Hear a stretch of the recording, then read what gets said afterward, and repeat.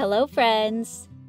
Can you imagine getting up in the morning, going to the bathroom, turning on the shower tap, and no water coming out? Now imagine this, but in your whole house, and no one can fix it. What would you do?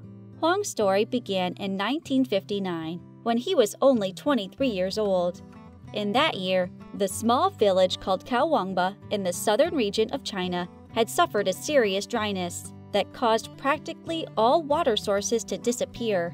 The water shortage also led to the lack of food, as the rice crops did not have enough water to survive.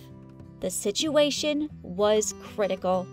At this moment, our protagonist decided to take an action and find a solution to solve this problem. The nearest water source was about 10 kilometers from the village.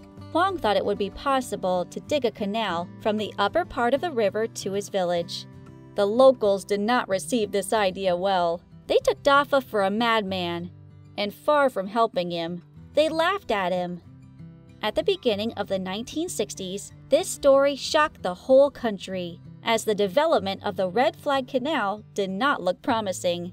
This project involved constructing a 70-kilometer canal to bring water from the nearest river to the village. However, this challenge became the inspiration that Huang and the rest of the villagers needed to start building a canal. So Huang, with the help of some villagers, began digging his waterway. The first challenge they faced was to overcome the mountainside, formed by massive stone and in extreme conditions. It is said that some of these sections took years to complete. Due to fatigue, malnutrition, and the danger of this construction, a few years after the start of the project, the workers began to give up. The task seemed impossible and left Dafa alone, but he never gave up. The years went by while he combined work and engineering studies. Despite having only primary education, our protagonist spent years training on waterway engineering, in addition to visiting water management stations, to learn more about the construction of canals. Every year, Huang requested support from the government to help him with the canal, but he never received a response. Tired of waiting, in the winter of the 1990s, he decided to embark on a 100-kilometer journey on foot to the city of Xinyi, a trip that took him 2 days. Once there, he went to the office of the Deputy Director of Water Resources. Surprised by this man's story and his village, they decided to help him, but only on the condition that the villagers would hand over 10,000 won as a guarantee of their commitment. Keep in mind that the average resident earned less than 100 won a year, so this condition was highly challenging. However, Huang got the majority of the village to support him, and he continued his work relentlessly. The government supported the construction of the canal with 60,000 won, corn reserves to feed the workers, and the help of a qualified engineer to guide the work. Finally, in 1995, the construction of the 7,200-meter-long canal and a 2,200-meter-long secondary canal was completed. The water eventually reached Kaowangba. This canal helped the 1,200 inhabitants of this village and 3 other nearby villages. By now, our protagonist was practically a god to the locals, who named the canal the Dafa Canal, and legends began to flow about the Man of Steel, who never gave up until he achieved his goal.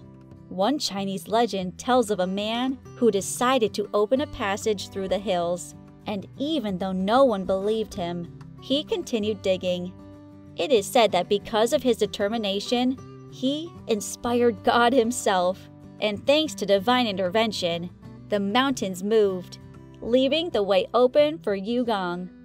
Today, this is known as Yugong Yishan, the old man who could move mountains. However, the story does not end here. In 2001, Dafa began to help the inhabitants of another village named Xiaowangba, who were going through the same situation his town had to face. With Huang's help, these villagers built their 7-kilometer waterway from the river into their village. Huang Dafa spent 36 years building this canal, and now, being over 80 years old, he continues to inspect the trench and other projects in the area to ensure that they are working correctly. This story about a man who did not give up has been a true inspiration.